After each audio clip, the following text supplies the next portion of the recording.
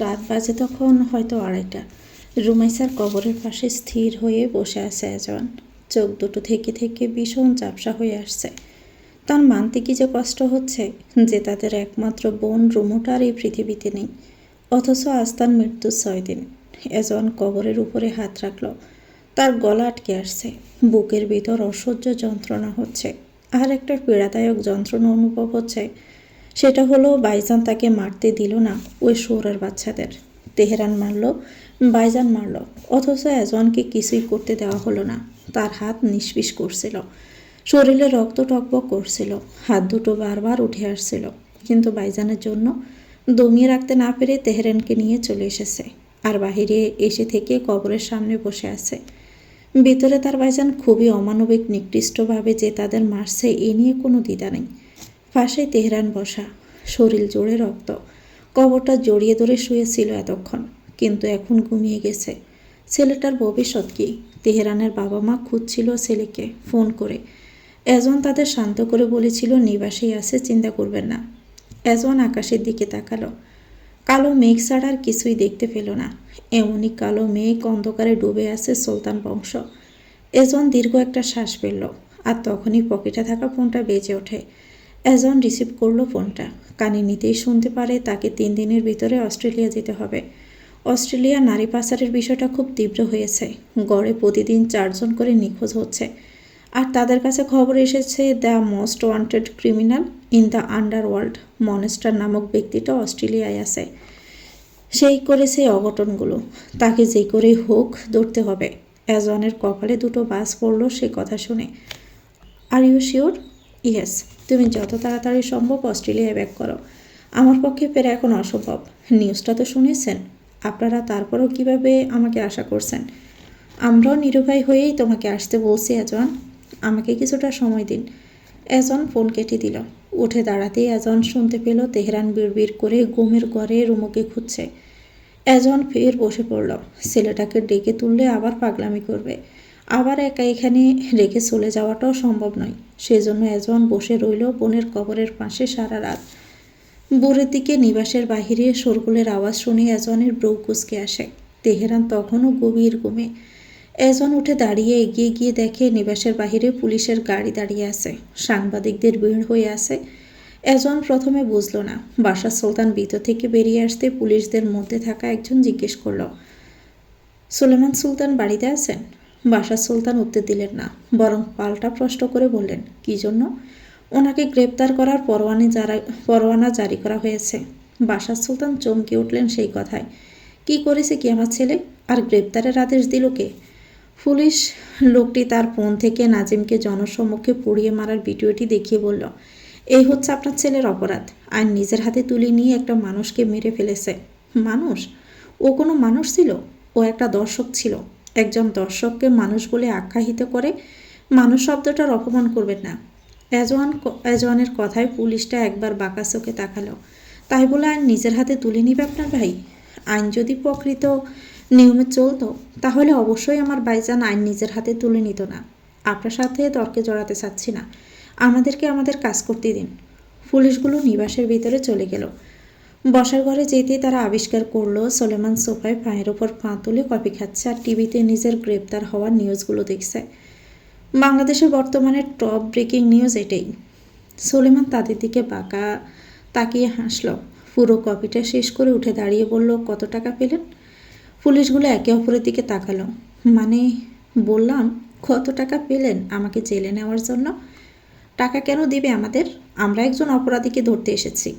আমার অপরাধ? আপনি জনসম্মুখে নাজিম নামের লোকটিকে পুড়িয়ে মেরেছেন। তারা বাবা নাসির উদ্দিন মামলা করেছে আপনার নামে। কবে পুড়িয়ে মেরেছি? গতকাল। আর আমাকে ধরতে এসেছিল তার পরের দিন। তা আমার বোনকে হত্যা করা হয়েছিল কবে যেন? 6 দিন আগে। সুলেমান আবার রক্তাক্ত চোখে তাকিয়ে বলল, তাহলে আমার বোনের হত্যাকারীদের তোরা ধরতে পারলি না কেন তার পরের দিন? আমাকে কেন খুঁজে বের করতে হলো তাকে? আমার বোনের হত্যাকারীদের খুঁজে বের করতে পারিসনি, আমি খুঁজে মেরেছি বলে এখন তোরা আমাকে জেলে ভরতে এসেছিস? Wow, nice. এদেশে হত্যাকারীর বিচার নেই, অথচ হত্যাকারীকে হত্যা করলে তার বিচার ঠিকই আছে। ওকে ফাইন, চল দেখি কতক্ষণ আমাকে ওই জেলের ভিতর আটকে রাখতে পারিস তোরা। সুলেমান হাঁটা ধরল। বাশার সুলতান আটকাতে চাইলেন, কিন্তু সোলেমান শুনল না, পুলিশদের সাথে বেরিয়ে আসলো। সাংবাদিকরা একের পর এক ছবি তুলছে, নিউজ করছে, সোলেমানকে প্রশ্ন করছে কেন সে আইন নিজের হাতে তুলে নিল। দেশে কি কোনো আইন নেই? ক্ষমতাশালীদের দেখে কি যা তা ইচ্ছে তাই করবে? সোলেমান এক সাংবাদিককে শুধু এটুকু বলল, আপনার মাকে অথবা আপনার বোনকে যদি কেউ কখনো দর্শন করে মেরে ফেলে, তার ভিডিও করে তা ছেড়ে দেয়, তখন আপনি কি করবেন? সাংবাদিকটা এক বাক্যে বলে দিল, ওই শুয়োরের বাচ্চাকে আমি নিজ হাতে মেরে ফেলতাম। আশা করি আপনার প্রশ্নের উত্তর আপনি পেয়ে গেছেন। সোলেমান আর কথা বাড়ালো না, চলে গেল পুলিশদের সাথে পুলিশ স্টেশনে। পুরো মিডিয়া জগৎ উলটপালট আজ এই নিউজে। বাশার সুলতানের মাথা প্রচণ্ড গরম হয়ে গেল। এজওয়ানের দিকে তাকিয়ে বলল, কিছু একটা কর, সোলেমানকে বের করার ব্যবস্থা কর। এজওয়ান পকেট থেকে ফোনটা বের করে কাউকে ফোন করলো। জেলে ঢোকার বের হওয়া এসব তো তাদের কাছে বাঁ হাতের কাজ, সেই জন্যই তো সোলেমান নীরবে চলে গেল। আর তাছাড়া তরুণরা, দেশের জনগণের 85% সোলেমানকে সমর্থন করছে তার কাজের জন্য। বিশেষ করে যারা দর্শনের শিকার হয়েছে, কোনো ইনসাফ পায়নি, তারা সোলেমানের হয়ে পোস্ট করছে। পাশে এটাও উল্লেখ করছে, ক্ষমতাশালী ব্যক্তিরাই যদি ইনসাফ না পেয়ে আইন হাতে তুলে নেয়, তাহলে আমরা সাধারণ মানুষরা সেখানে ইনসাফ পাবো কোন আশায়? মেহেরিন নিউজ চ্যানেলে সোলেমানের গ্রেপ্তারের নিউজটা দেখল। টানা 5 দিন স্বামীর সাথে তার কোনো যোগাযোগ নেই। আজ হঠাৎ এই নিউজটা দেখে আর নওগাঁ থাকতে পারল না, শ্বশুরের সাথে ঢাকায় চলে আসলো। রমনা থানায় আসতে মেহেরিন স্বামীকে দেখার জন্য ছুটে যেতে নিলে মাঝপথে আটকে দিল এক পুলিশ। মেহেরিন দাঁড়িয়ে গেল, ব্রুকুসকে জিজ্ঞেস করলো, আমার পথ আটকালেন কেন? পুলিশ অফিসার বলল, দেখা করতে পারবেন না। কেন? শুনেননি আপনার স্বামী কি করেছে? শুনেছি তো, একজন দর্শককে একজন হত্যাকারীকে সে হত্যা করেছে। সে দর্শক ছিল নাকি কুকুর ছিল সেটা আইন বুঝত। আপনার স্বামী কেন আইন হাতে তুলে নিল নিজ হাতে? কারণ আপনাদের হাত টাকার কাছে তালাবদ্ধ, সেজন্য। আপনি আপনার স্বামীকে সমর্থন করছেন? কেন, না করে কি উপায় আছে? আমি তো বলি, বেশ করেছে আমার স্বামী তাকে মেরেছে। আমার স্বামীকে তার এই কাজের জন্য আমি পূর্ণ সমর্থন করছি। অন্যায় যে করে আর অন্যায় যে প্রশ্রয় দেয়, তারা দুজনেই সমান অপরাধী। এই দায়ে কি আবার আমাকেও জেলে নেবেন? পুলিশ মহোদয়, রাস্তা ছাড়ুন, আমার স্বামীর সাথে আমাকে দেখা করতে দিন। এজন এসে পেছনে দাঁড়ালো, তার পেছনে উকিল। সোলেমানের আগাম জামিন করা ছিল আগে থেকেই। পুলিশ সরে দাঁড়ালো। মেহেরিনার সময় নষ্ট করলো না, 1 সেকেন্ডও। চলে গেল ভিতরে। সোলেমান তখন জেলের ভিতর বসে সিগারেট খাচ্ছিল। কারো দুবদার পায়ের আওয়াজ শুনে গাড় বেঁকিয়ে তাকাতেই দেখলো কালো বোরকা নিক্যাপে তার বউ হন্তদন্ত হয়ে ছুটে আসছে।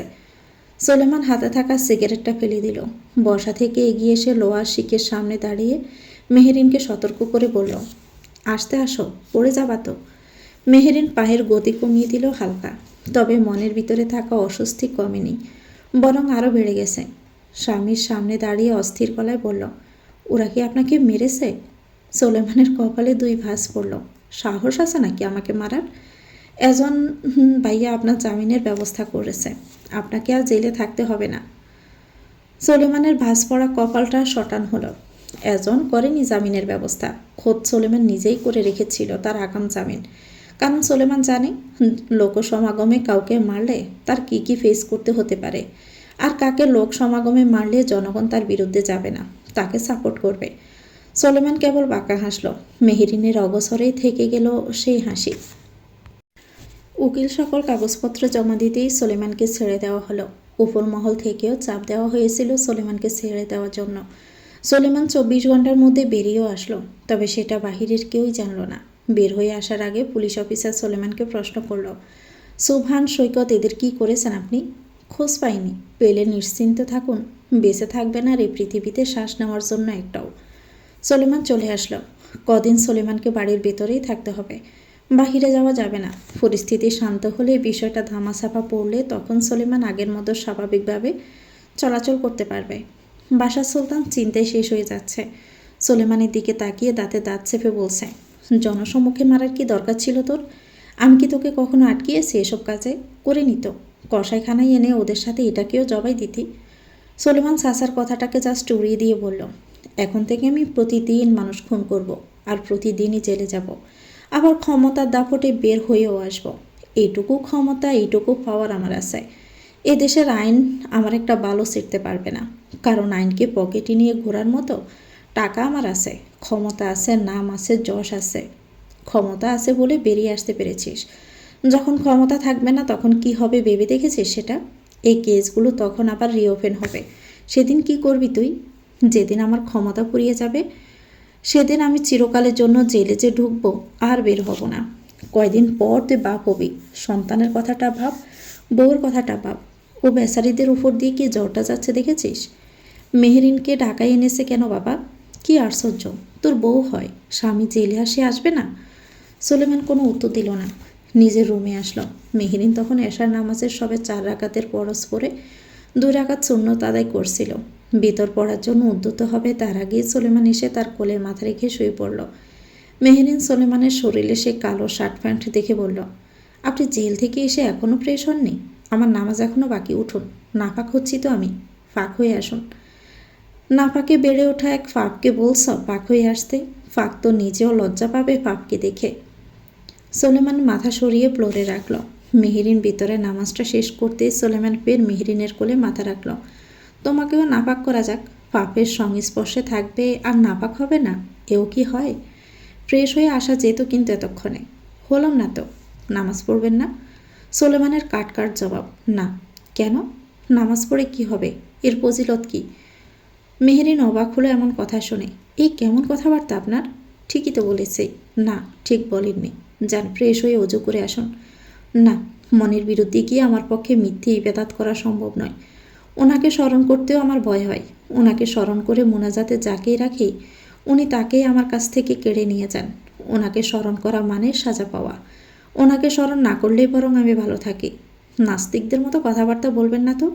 নামাজ পড়তে ইচ্ছে করছে না? ঠিক আছে, পড়তে হবে না। তাই বলে এসব কি কথাবার্তা? উঠুন, সরুন।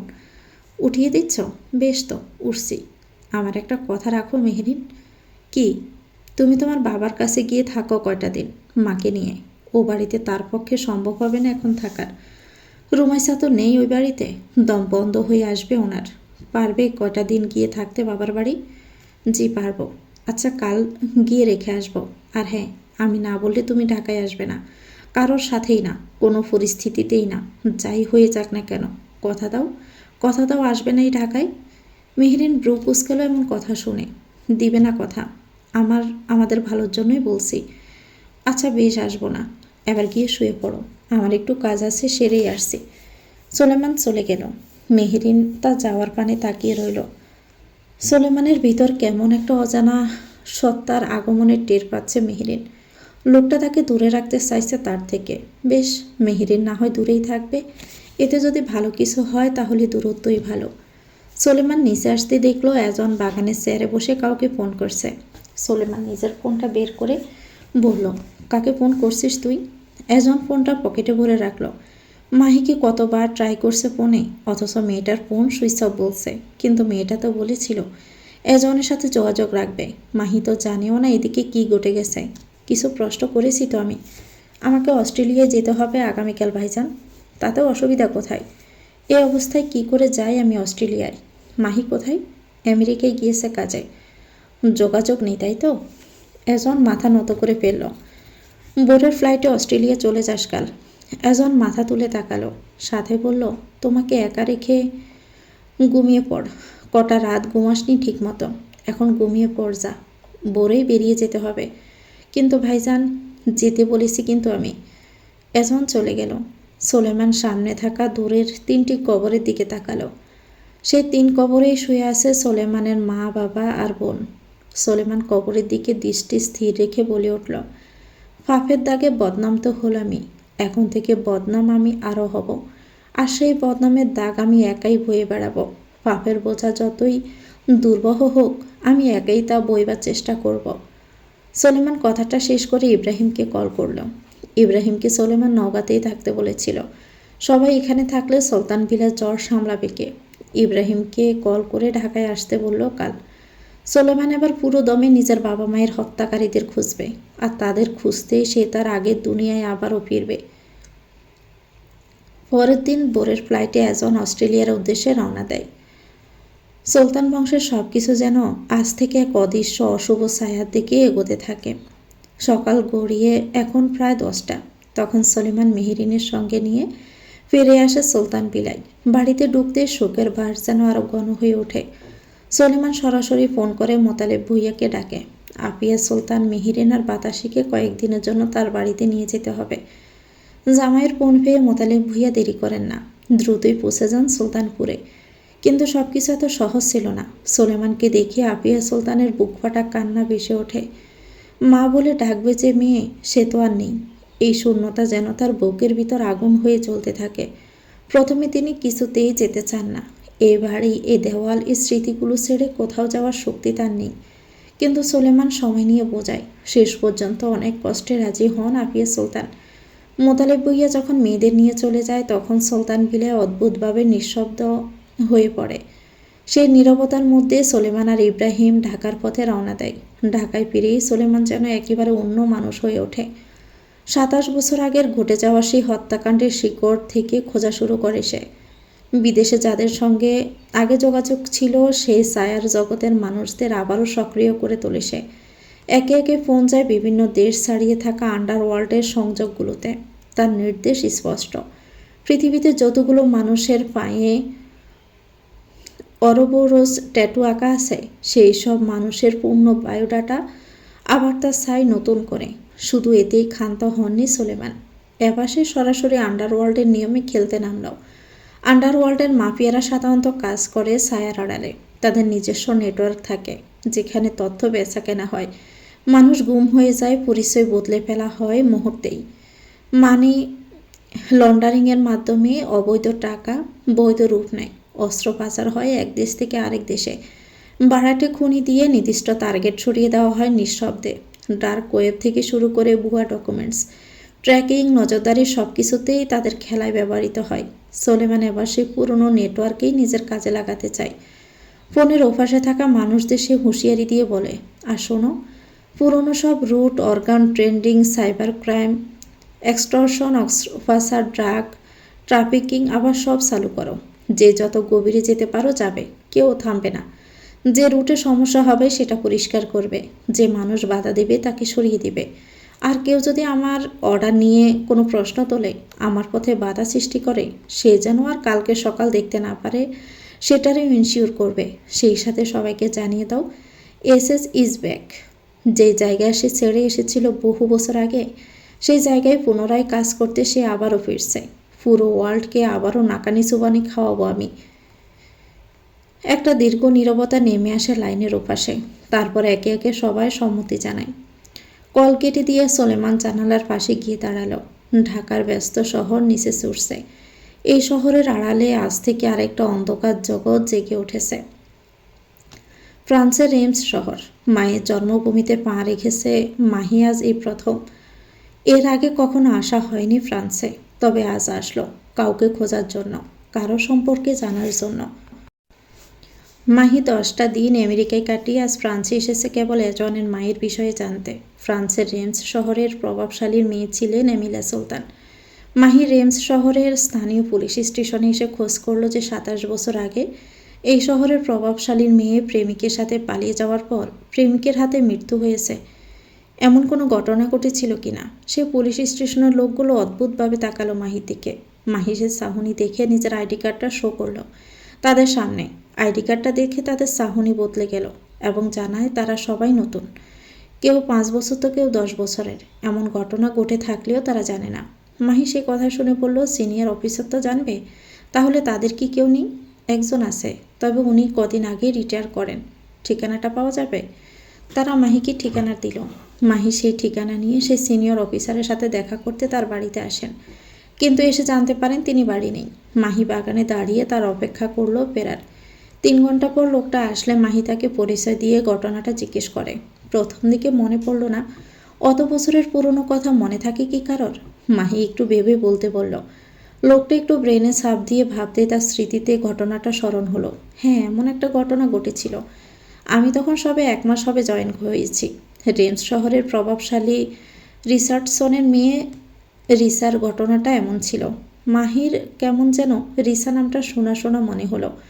কোথাও হয়তো শুনেছিল, কিন্তু কোথায় শুনেছিল ঠিক তা মনে নেই। তবে এজনের মায়ের নাম তো এমিলা সুলতান। না না, রিসা না, নামটা এমিলা সুলতান। এমিলা? রিসা তো ছিল ওনার খ্রিস্টান নাম। উনি খ্রিস্টান ছিলেন? হ্যাঁ, তবে মুসলিম এক ছেলেকে ভালোবেসে মুসলিম হয়ে বিয়ে করেছিলেন। তখন নাম চেঞ্জ করে অ্যামিলা হয়। ওনার বাবা শুরুতে মানেননি এই বিয়ে। রিসার স্বামী তাকে বাংলাদেশে নিয়ে যেতে চাইলে তখন রিচার্ডসন মেনে নেন এবং ঘর জামাই করে রাখেন মেয়ের জামাইকে। রিসা বিয়ে 4 বছর পর 2 বছরের ছেলে স্বামীকে রেখে তার খ্রিস্টান বয়ফ্রেন্ডের সাথে পালিয়ে যান। তার তো মৃতদেহ উদ্ধার করা হয়েছিল। ওনাকে এতিমখানার পাশে কবর দেওয়া হয়েছে। এতিমখানার পাশে কেন? ওনার বাবার কথায়। উনি বেঁচে আছেন? রিচার্ডসন? না, বেঁচে নেই। মেয়ে মরার 1 বছর পর তিনিও অস্বাভাবিকভাবে মারা যান। কোন এতিমখানায় এমিলা সুলতানের কবর দেওয়া হয়? মাইসন ডু বন ফেস্টোর এতিমখানায়। এটা রিসাদেরই এতিমখানা। এতিমখানার নামটা শুনে চমকে উঠল মাহি। এই এতিমখানায় তো তার মা থাকতো। ওনার কোনো ছবি হবে? না, ওনার লাশটাও আমরা পেয়েছিলাম বিকৃতভাবে। ডিএনএ টেস্ট করে মেলাতে হয়েছিল। আর ওনার প্রেমিক সে, তাকে আমরা খুঁজে আর পাইনি। রিসার সম্পর্কে বিস্তারিত কিছু হয়তো এতিমখানায় পেলেও পেতে পারেন। আপনাকে ধন্যবাদ। ওয়েলকাম। মাহি চলে গেল সেই এতিমখানায়। খুবই সুন্দর আর পরিপাটি গোছানো সেই এতিমখানা। তার মায়ের পুরো শৈশবটা কেটেছে এতিমখানায়। তাহলে কি তার মা এমিলা সুলতানকে চিনত? বাহিরে সিকিউরিটি গার্ড আছে। মাহি ভেতরে ঢুকতে বাচ্চার বিদ্যুতের বাগানে এসে খেলতে দেখল। ন্যান্সি নামের এক মহিলা অপরিচিত এক মেয়েকে ভিতরে দেখে এগিয়ে এসে জানতে চাইল, কে আপনি? কাউকে খুঁজছেন? মাহি চমকে উঠল। মাথা ফিরিয়ে তাকিয়ে দেখল মধ্যবয়সী এক মহিলা। মাহি চোখের ইশারায় হ্যাঁ বলল। আপনি কে? আমি এই এতিমখানার একজন সদস্য। এমিলা সুলতানের কবরটা কোথায়? ন্যান্সির ব্রু কুঁচকে আসলো সে কথা শুনে। আপনি রিসার কবরের কথা বলছেন? জি, কিন্তু আপনি কে? আমি ওনার পুত্রবধূ। মহিলাটা যেন বরফের মতো জমে গেল। রিসার ছেলের বউ এটা? মহিলাটা চিৎকার করে উঠল। ফান্সি দেখো কে এসেছে। রিসার ছেলের বউ এসেছে। ফ্রান্সি নামের এক বৃদ্ধ মহিলা এগিয়ে আসলো ভিতর কক্ষ থেকে। পরনে নীল রঙের হ্যাবিট, মাথায় সাদা বেল, গলায় ক্রুসিফিক্স লকেট। লাঠিতে বর করতে করতে এগিয়ে এসে বলল, কে এসেছে? রিসার ছেলের বউ। মহিলাটাও চমকায়। সামনের দিকে তাকিয়ে মাহিকে দেখে জিজ্ঞেস করলো, তুমি রিসার ছেলের বউ? রিসার ছেলেটা কি এসেছে?